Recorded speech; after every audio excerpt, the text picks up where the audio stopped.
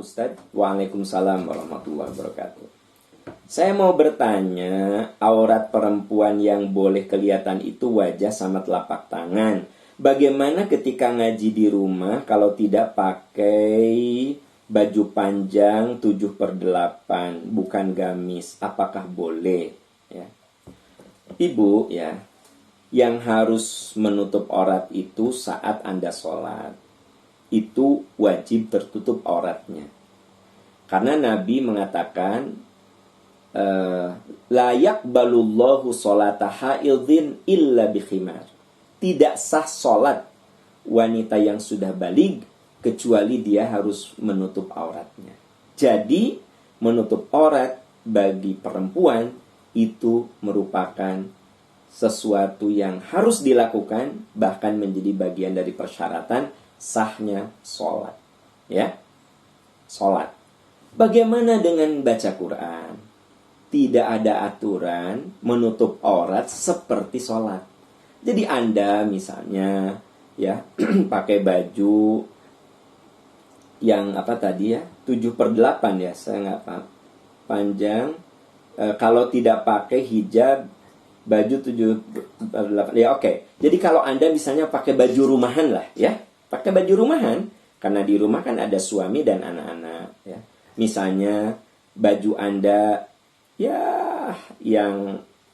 yang wajar di rumah begitu ya, boleh tidak? Boleh, silahkan gitu. Anda pakai rok, pakai atasan, sebut saja pakai kaos ya kan gitu, tidak apa-apa.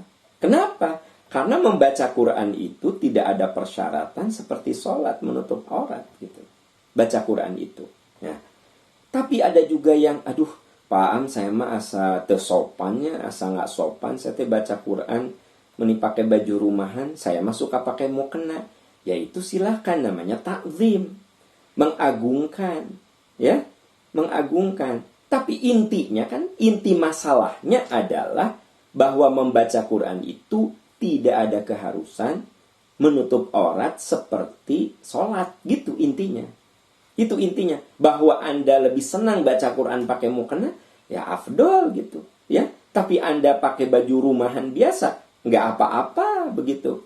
Anda baca Quran dalam keadaan punya wudu, afdol. Kenapa? Karena baca Quran itu merupakan bagian zikir, dan zikir itu bagus kalau dalam keadaan punya wudu. Tapi kalau Anda baca Quran tidak punya wudu, udah begitu baju Anda juga baju rumahan, boleh tidak? Boleh. Apakah berpahala? Tetap berpahala. Karena setiap yang kita baca, pahalanya bukan setiap ayat, tapi setiap huruf gitu loh. Ini berlaku untuk siapa? Untuk siapapun yang membaca Al-Quran, baik mau pakai mukena atau tanpa mukena, baik pakai wudu ataupun tanpa wudu gitu ya. Wallahu a'lam bissawab. Assalamualaikum warahmatullahi wabarakatuh Pak Ustadz. Waalaikumsalam warahmatullahi wabarakatuh. Saya punya 2 laki-laki remaja. Kalau sholat harus saya ingatkan terus. Kadang udah saya suruh pun dia tetap nggak sholat. Apakah saya berdosa karena tidak bisa mendidik anak? Maklum saya single parent. Jadi anak kurang takut akan perintah saya. Mohon sarannya. Begini Bu ya. Allah akan melihat ikhtiar kita. Begitu. Allah akan melihat usaha kita. Innila udhi'u amala amili minkum min dzakarin aw untha ba'dukum min ba'd. Ibu bisa lihat itu di surat Ali Imran ayat 195. Ini sesungguhnya aku, firman Allah, la udhi'u amala amili, tidak akan menyia-nyiakan amal hambaku. Jadi yang jelas, yang penting Bu, Ibu sudah ikhtiar. Tadi kan Ibu bertanya, apakah saya dosa? Ya tentu saja Ibu kan sudah ikhtiar, Ibu sudah berjuang begitu. Nah Ibu ketika kita ikhtiar mendidik anak, tentu saja Ibu sambil memperhatikan dan mengevaluasi cara kita mendidik. Karena cara juga akan mempengaruhi hasilnya. Itulah Ibu dimanapun berada, ibu-ibu, kita kalau punya anak bukan hanya nyuruh, tapi kita belajar cara nyuruh yang benar itu bagaimana menurut ilmu, ya. Menurut ilmu. Karena ada tekniknya, ada caranya, dan setiap anak itu perlu diperlakukan beda-beda. Karena yang namanya manusia itu tercipta berbeda. Saya punya 3 anak, nggak ada yang sama. Karakternya, sifatnya, hobinya, nggak ada yang sama. Kebayang nggak sama Anda? Ya, kalau Anda punya anak 10, nggak ada yang sama. Punya anak 2 saja nggak ada yang sama. Berarti cara kita mendidik anak itu unik. Setiap anak perlu diperlakukan secara berbeda. Nah, ini semua harus dengan belajar. Gitu. Nah, oleh sebab itu ibu single parents, maka ibu akan mendapatkan pahala berlipat-lipat, 2 kali lipat.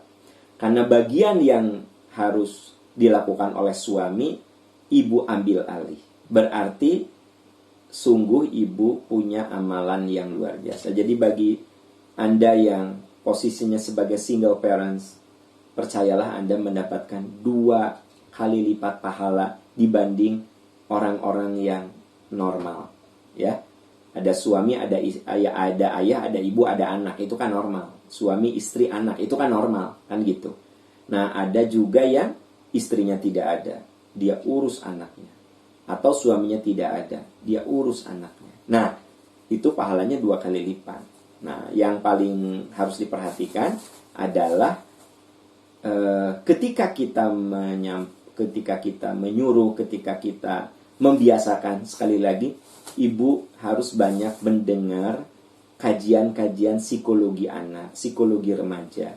Ibu baca kalau punya waktu buku-buku yang membahas tentang psikologi remaja. Karena walau bagaimanapun mendidik anak itu harus pakai ilmu begitu. Jangan pakai feeling. Feelingnya, atau kita mengambil kebiasaan orang tua kita terhadap kita. Ya, memang ada yang bisa kita ambil, ada juga yang sudah tidak relevan lagi untuk saat ini, ya. Jadi kembali ke pertanyaan ibu, apakah saya dosa? Ya, tentu saja itu wilayah Allah. Kalau ibu sudah berusaha, berikhtiar, berjuang, ya, maka Allah akan melihat ikhtiar dan perjuangan kita. Wa qul i'malu fasayarallahu amalakum. Berbuatlah kamu, beramallah kamu. Nanti Allah akan melihat ikhtiar kamu. Urusan hasil atau tidak, itu bukan wilayah kita. Fa idza azamta fatawakkal 'ala Allah. Sok kamu tawakal kepada Allah. Gantungkan cita-citamu setinggi mungkin. Jalani cita-citamu dengan kerja keras. Bingkai dengan doa. Setelah itu serahkan pada kuasa Allah Subhanahu wa ta'ala. Itulah sikap seorang mukmin menghadapi kehidupan. Semoga putra-putra ibu menjadi anak-anak yang soleh, yang sehat, yang cerdas, yang bisa menjadi jariah untuk orang tuanya. Ibu wajib sabar. Kesabaran ibu harus berlipat-lipat, tapi percayalah, di situ ibu akan mendapatkan kemuliaan dari Allah Subhanahu wa ta'ala. Amin ya rabbal alamin. Wallahu a'lam bissawab. Assalamualaikum Pak Ustadz. Waalaikumsalam warahmatullahi wabarakatuh.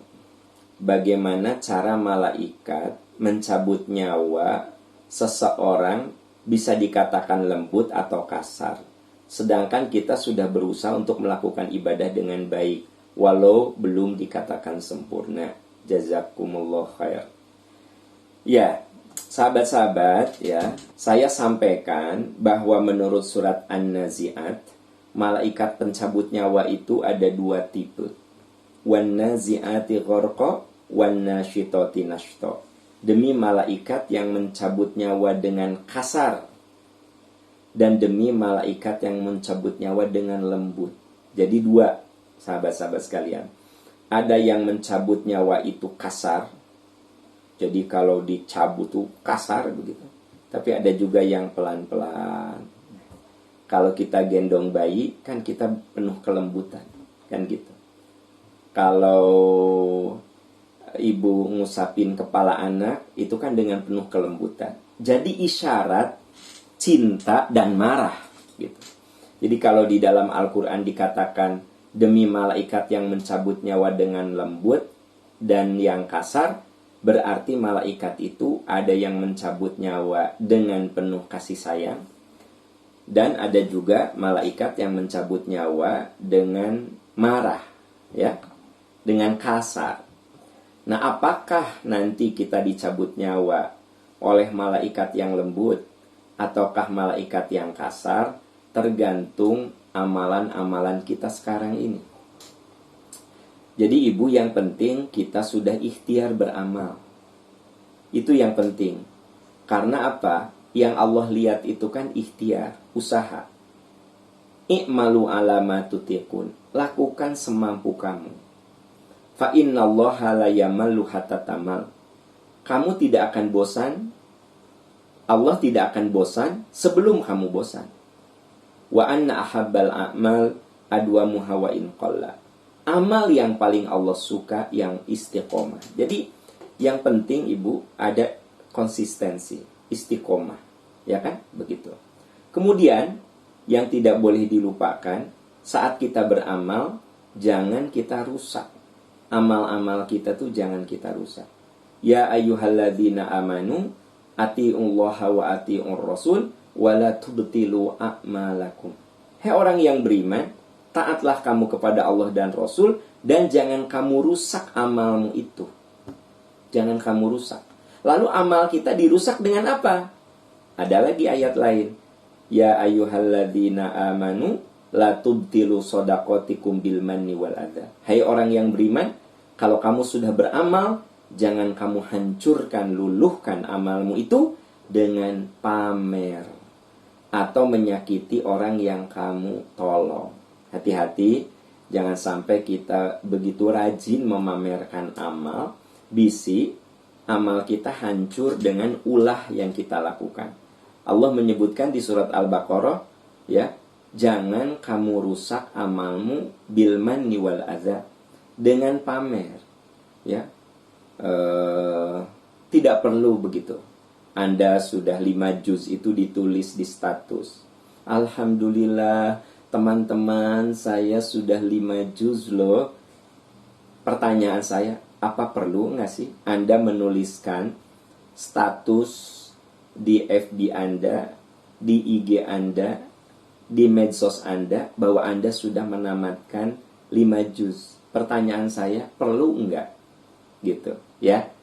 Nah, kecuali kalau Anda punya komunitas terbatas yang tujuannya saling mengingatkan dan saling menguatkan, ya.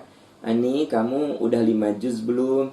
Udah. Kalau Santi gimana? Udah. Apalagi kita sepakat saling mengingatkan. Tapi dalam komunitas khusus, yaitu lain soal, boleh-boleh saja.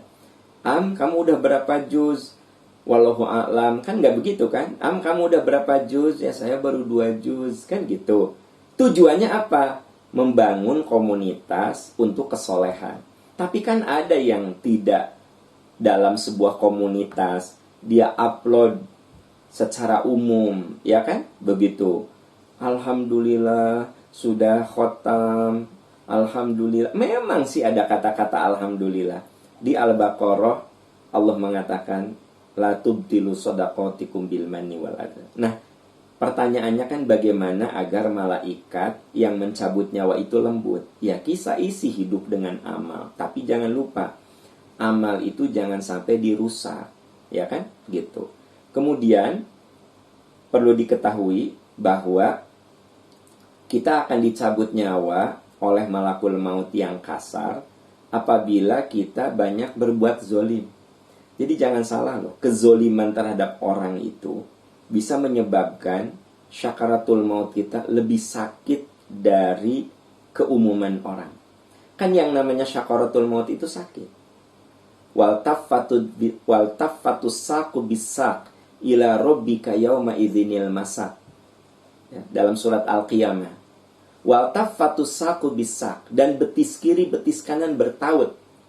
Bertaut itu maksudnya menahan rasa sakit. Kalau dalam bahasa Sunda mah tipe pereket nahan nyeri gitu. Kalau dalam bahasa Al-Qur'an disebut wal taffatus saqu bisaq. Jadi untuk menggambarkan menahan rasa sakit diungkapkan dengan betis kiri betis kanan bertaut. Kalau dalam bahasa Al-Qur'an. Kalau dalam bahasa Sunda tipe pereket nahan nyeri. Jadi tangannya megang begitu, nahan sakit. Jadi menurut surat Al-Qiyamah, syakarat itu sakit. Makanya Nabi SAW berdoa, Allahumma hawwin alaina fi syakaratil maut. Ya Allah, ringankan saya dari sakitnya syakaratul maut. Nah, orang yang banyak zolim kepada orang, suami zolim ke istri, istri zolim ke suami, pimpinan zolim ke karyawan, ya kan gitu. Owner perusahaan zolim ke pekerja, hati-hati itu. Itu bisa menyebabkan syakaratnya sakit banget. Kenapa? Karena dia banyak berbuat zolim sama orang lain. Jadi kezoliman itu iyyakum waz-zulma fa inna zulma dzulumatun yaumal qiyamah. Kata Nabi, jauhi kezoliman. Karena kezoliman itu akan jadi kegelapan di hari kiamat. Di hari kiamat saja mengalami kegelapan, apalagi di proses syakaratul maut, dia akan lebih menyakitkan lagi. Ada ayah yang zolim sama anaknya, berpuluh tahun tidak pernah menafkahi anaknya. Itu kan zolim, ya. Dengan alasan aku kan udah cerai sama istri aku, anakku kan ikut sama ibunya. Iya, Anda cerai sama istri Anda, boleh. Dan Anda tidak perlu menafkahi istri Anda karena udah mantan. Tapi anak itu kan tidak putus dengan cerai. Jadi untuk bapak-bapak yang bercerai dengan istrinya dan Anda punya anak, jangan salah loh. Anda wajib menafkahi anak Anda. Gitu loh. Kalau tidak, Anda zolim. Ya zolim lah. Dan jangan lupa, kezoliman itu bisa menyebabkan sakitnya syakaratul maut lebih sakit lagi. Gitu. Suami zolim ke istri, atau istri zolim ke suami, ya. Itu sebabnya ketika Nabi akan wafat, beliau mengatakan as-sholata as-sholata wa ma malakat aymanukum. Hati-hati, jaga oleh kamu sholat, jaga oleh kamu sholat, jaga oleh kamu sholat, dan yang ada di genggaman kalian, tanggung jawab yang ada di tangan kalian. Wa ma malakat aymanukum itu bisa bermakna hamba sahaya, tapi maksudnya adalah hamba sahaya itu simbol dari sesuatu yang ada di kendali kita, ya. Nah, jadi kalau kita mengendalikan sesuatu, saya manajer, saya mengendalikan. Saya dirut, saya mengendalikan. Nah, hati-hati. Kalau kita jadi pengendali, di bawah kita jangan sampai ada yang zalim. Kalau Anda jadi kepala daerah, Anda pengendali. Nah, hati-hati. Kenapa? Karena ternyata itu bisa menyebabkan syakaratul mautnya berat, teman-teman sekalian. Nah, jadi Bu, kalau Ibu bertanya, gimana atuh Pak Am supaya saya nanti satu saat dipanggil oleh Allah, malaikat yang mencabut nyawa itu lembut? Ya, dengan amal soleh. Ya, dengan amal soleh. Karena kalau orang yang banyak beramal soleh, dan catat, jangan dirusak amal soleh kita dengan ria, ya, dengan diomong-omong dengan ria, jangan. Kenapa? Itu bisa merusak. Jadi amal soleh kita haba'an manthura, dia seperti debu yang terbawa angin, gitu, ya. Kalau amal itu diumpamakan debu nempel di batu, lalu kita pamer atau kita sakiti orang-orang yang pernah kita bantu, haba'an manthura, itu terbawa arus angin sampai batu itu bersih lagi. Amal kita yang nempel itu bersih lagi, habis, hilang. Nah, jadi itu yang harus kita perhatikan. Beramal, beramal, beramal, dan jangan rusak amal kita. Kemudian jauhi kezoliman. Kezoliman itu harus kita jauhi. Zolim terhadap anak kita, istri kita, suami kita, karyawan kita, teman kita. Hindari kezoliman. Karena itu bisa memperumit, memperberat saat syakaratul maut, gitu. Itu jawaban saya, ya. Mudah-mudahan bisa menjawab apa yang Ibu tanyakan. Wallahu a'lam bishawab.